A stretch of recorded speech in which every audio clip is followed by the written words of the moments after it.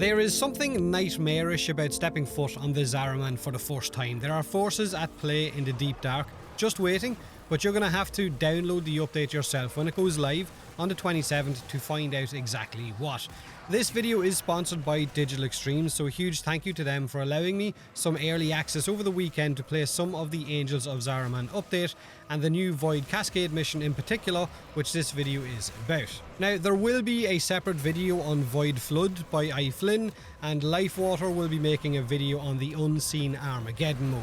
I will leave a link to both of their videos in this video's description when they go live. Make sure to check them out because those game modes are absolutely hectic.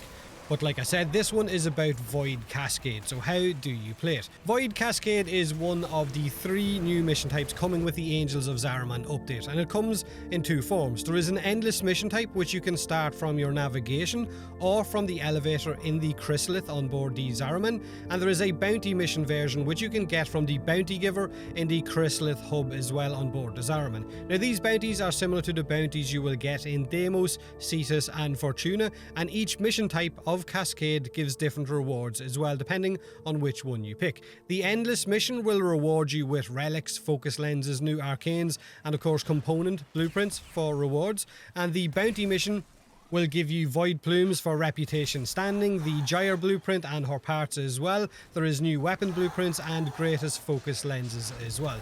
Not to mention a lot of the new resources you're going to get from just running the mission that will drop, that will allow you to craft some of the new items coming with this update. Also, the Zariman has got a type of day-night cycle that will dictate which enemy type you will fight on board the Zariman in these missions, Grineer or Corpus, and this is shown by which faction ship is closing in on it on the star chart, as you see here. So basically, if you see a Grineer ship, that means it is currently occupied by Corpus and the Grineer are on their way to try and take it over, and vice versa, and it rotates every 2.5 hours. Now, when you jump into a Void Cascade mission, your goal is to simply cleanse all of the possessed exolizers, kill what possesses them, and then stop them from being possessed again.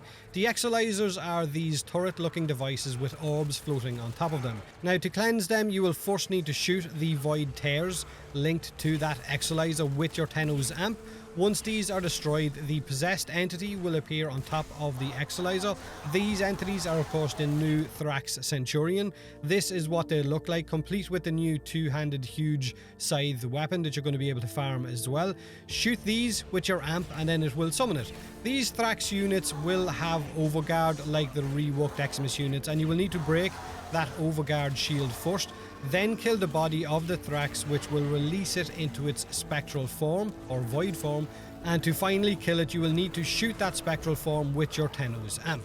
So there is much more Tenno synergy in these missions than we would have seen in any previous ones before the Zariman update, but if you don't kill the Thrax Centurion's spectral form fast enough, it could run off towards another exolizer and possess it, which will fill up the cascade meter or bar faster from the enemy side, and that could lead to a mission failure much quicker.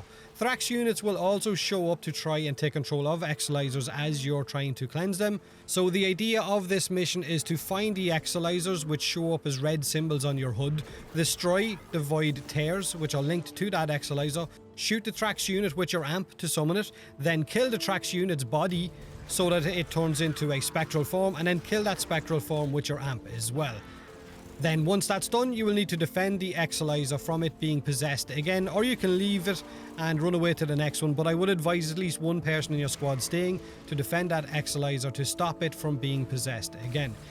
Now, to fully cleanse an exolizer, you will need to prevent it from becoming possessed before the progress bar completes. You can see the progress bar around the waypoint marker for each of the exolizers you're trying to cleanse, and killing enemies inside its bubble or area of effect, that big kind of golden dome that's around the exolizer, seems to speed up the cleanse just a small bit. But once you kill enemies inside that exolizer's area, it will absorb their essence, which is this golden orb that will fly towards the exolizer and eventually cleanse it. Now, the way we did this in a squad during the playtest over the weekend was pretty efficient. Iflin and Lifewater ran around killing the Thrax units and I guess unpossessing the Exilizers, while me and Megan stayed back defending and fully cleansing the Exilizers until they despawned. Now this meant that enemies didn't have more possessed units than we had cleansed ones, which meant the bar took quite a while to fill up. Just don't kill the Thrax units and then leave the Exilizer to be possessed all over again. You will need to wait until it's fully cleansed. Now each Thrax unit during my playtest gave us 2500 focus to my equipped focus school, regardless of what lens I had equipped. So Void Cascade is also a kind of 2 birds, 1 stone type of focus farm. It is a fast-paced mission type with similarities to Interception in a way that you need to stop the gauge on the top left of your screen from reaching Cascade level or completely filling red. If this happens, the mission will fail and you will have to, I guess, leave. And you will need to cleanse 4 Exilizers before you can leave a mission, because cleaning 4 counts as 1 round. So my first impressions of Void Cascade, it is absolutely hectic in a good way.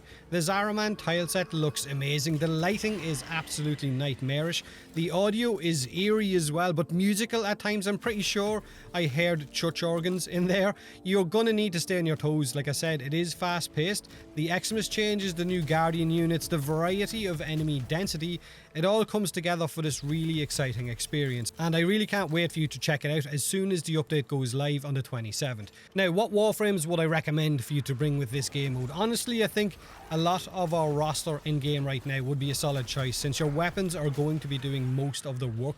But anything with good crowd control and a powerful weapon to burn groups down fast would be ideal. Crowd control the normal enemies and focus those Xmas units down quick. Gyre felt really great while running Cascade missions because of her crowd control, but also because of the crit buff that she gives out, which increases your, I guess, killing potential much faster to take enemies down. Zaku having the ability to also deal with those Xmas units really quickly and strip their defenses would also be a great choice. Anything, maybe with Banshee's Silence, also to turn Xmas units off. When enemies hit level 250 during the playtest, a lot of those Xmas units started to hit pretty damn hard. So whatever way you can think of dealing with those as quick as possible, then bring that. Now I'm going to leave you with some snippets of the mission type in full to get more of an idea as to what you can expect very, very soon. Have a great day, and as always, thanks for watching.